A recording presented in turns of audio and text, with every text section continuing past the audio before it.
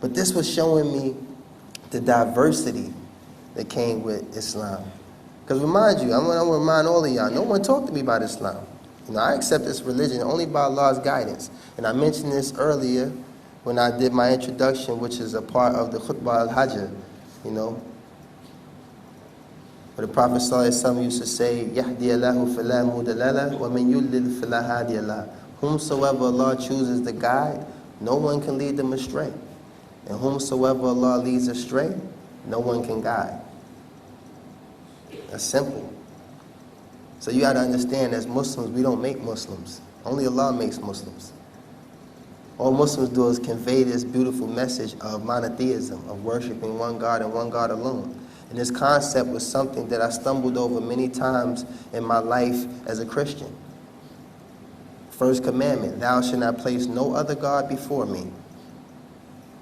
That sounds like God wants to be worshipped alone. Thou shalt not place no other God before me. There's even a verse in Isaiah where he says, you may know me and know that I am he. Before me no God was formed, nor shall there be any after me. For I am the Lord, and besides me there is no Savior. And that's in the Old Testament. So once again, that sounds like he's negating that there's any partner or anything associated with his greatness, with his majesty. It's him and him alone. Because a lot of y'all students, Muslims and non-Muslims, you can relate to what I'm about to say. You're a student. You spend 4 years working hard, busting your butt to get this professor an A. And he turns around and gives you a grade to the janitor. How would you feel? How would you feel? 4 years, you done lost sleep. You don't even forgot your name sometimes. Left your keys a dozen times. But you made sure you had your books. You made sure you had everything to, you know, suffice this need to have this grade, this need to pass. And they give everything that you work for to the least likely candidate. This guy over here who does nothing but mop the floor, he gets an A. How would you feel? That would bother you. That would bother you. Same way some of y'all parents who may have spent all this money, and you decide on your 4th year you want to drop out. How do you think your parents feel? Like, subhanAllah, we invested all of this in you, and all of a sudden you just went left. What type of gratitude would that be? What kind of appreciation would you be displaying? So when you take that to another level, when you look at your Creator created the heavens and the earth and everything in it. No one helped him. No one assisted him in this creation. He created it all. But you turn around and you worship this podium. How do you think that will make your Creator feel? You get sick, you call on a saint or some other person, like, he created you though. He was your Creator. Who knows you better than the one that created you? He actually decreed that you would be sick that day. So would it only be incumbent upon you to return back to that for the cure? If he decreed you to be sick, then that means he can decree your wellness. And this is the simplicity with Islam. So when I ran into this truth, by way of visiting Muslim countries, by way of being able to bear witness to the characteristics and mannerisms of the Muslims, the hospitality, the culture, the everything. And then when I heard the adhan, that pretty much almost sealed the deal for me. You know, because I was an artist. I used to spend hours on top of hours in the studio trying to make songs that make you look stupid in the club. So you just be dancing around looking crazy and, you know, you just bugging out. Some of y'all can't even dance. Y'all just there, just looking stupid.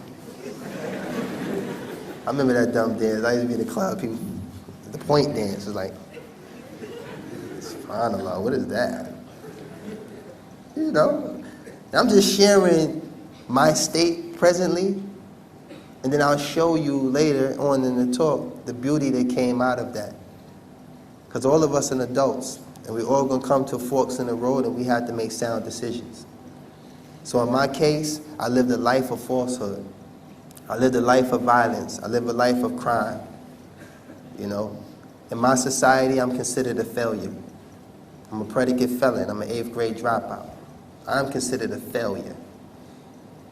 So when they have little applications that say, have you ever been convicted? I just walk out. It don't even make no sense putting a check there. It don't even make no sense lying. Because who am I to, these people might have some real type super system back there. They punch up and say, well, sir, you know, you don't qualify for the job. You know, unfortunately, we looked at your criminal record and, you know, you've been arrested for many things. This job is not for you. You understand? So I can only resort to the talent that I had.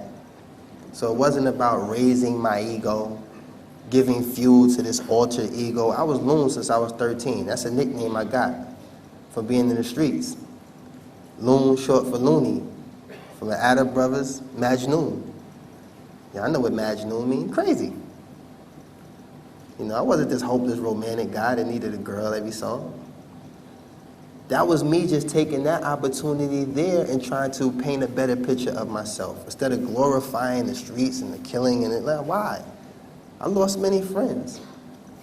I lost family members to drugs, to violence. Would I look like going to glorify that? You understand?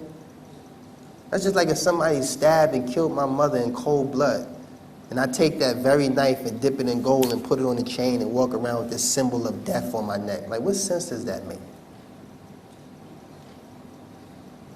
Glorifying something that hurts. So when I ran into Islam and I discovered the simplicity that comes with it, I didn't have to change myself too much. You know, just the way I live and just the way I understand my purpose of creation. I didn't get too holy for my friends, you know. I'm not above anybody. Being a Muslim doesn't mean I can hear through walls. I could jump over buildings. It doesn't mean that. I'm human. I'm deficient, just like every human being in here. I have deficiencies. But what Islam establishes is a means of dealing with those deficiencies because our Creator knows He created us with deficiencies. So by His mercy, He gives us ways to deal with these deficiencies. Legislated proof. And He sent us a messenger, like He sent many messengers before, from the nations before.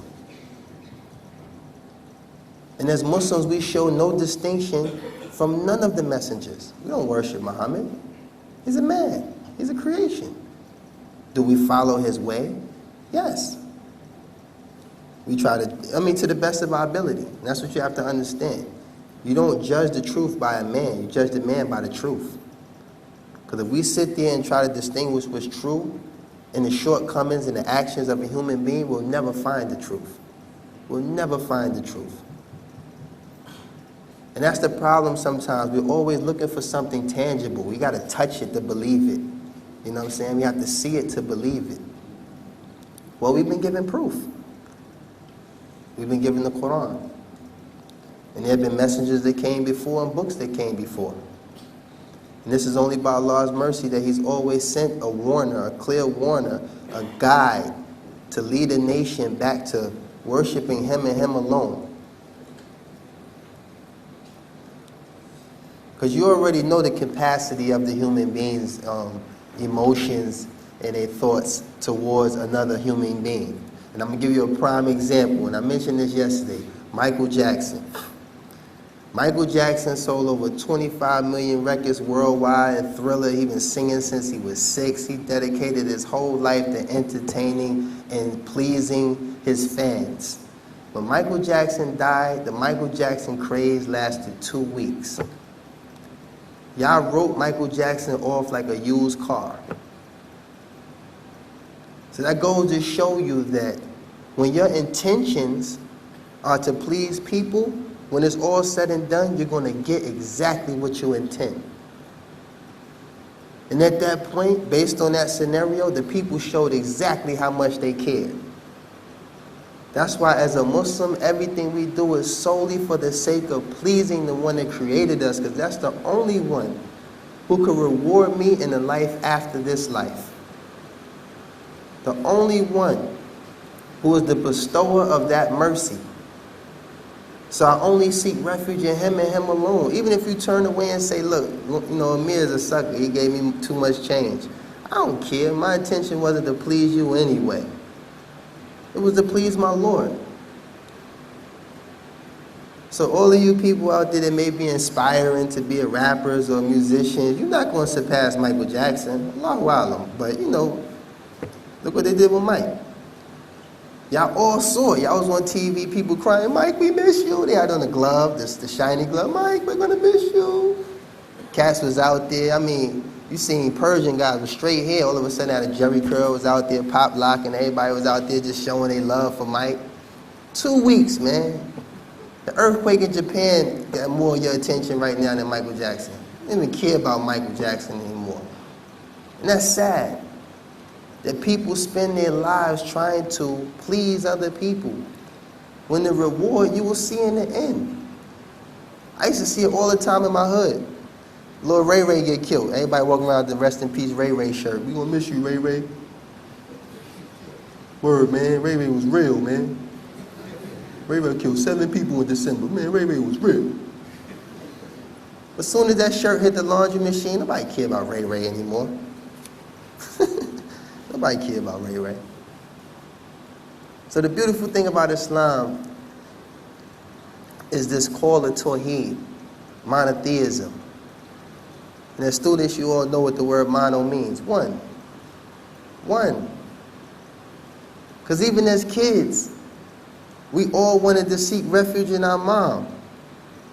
Am I lying? You bump your head bleeding, you'll run past 7 Band-Aids, 6 pieces of gauze, 3 bottles of peroxide just to get to your mom. And there's people that can help you, like, yo, let me help you, let me stop the bleeding. No, get off me, I just want my mom. You just want to get the mom. You just want to get to that one source. You don't care about nothing else.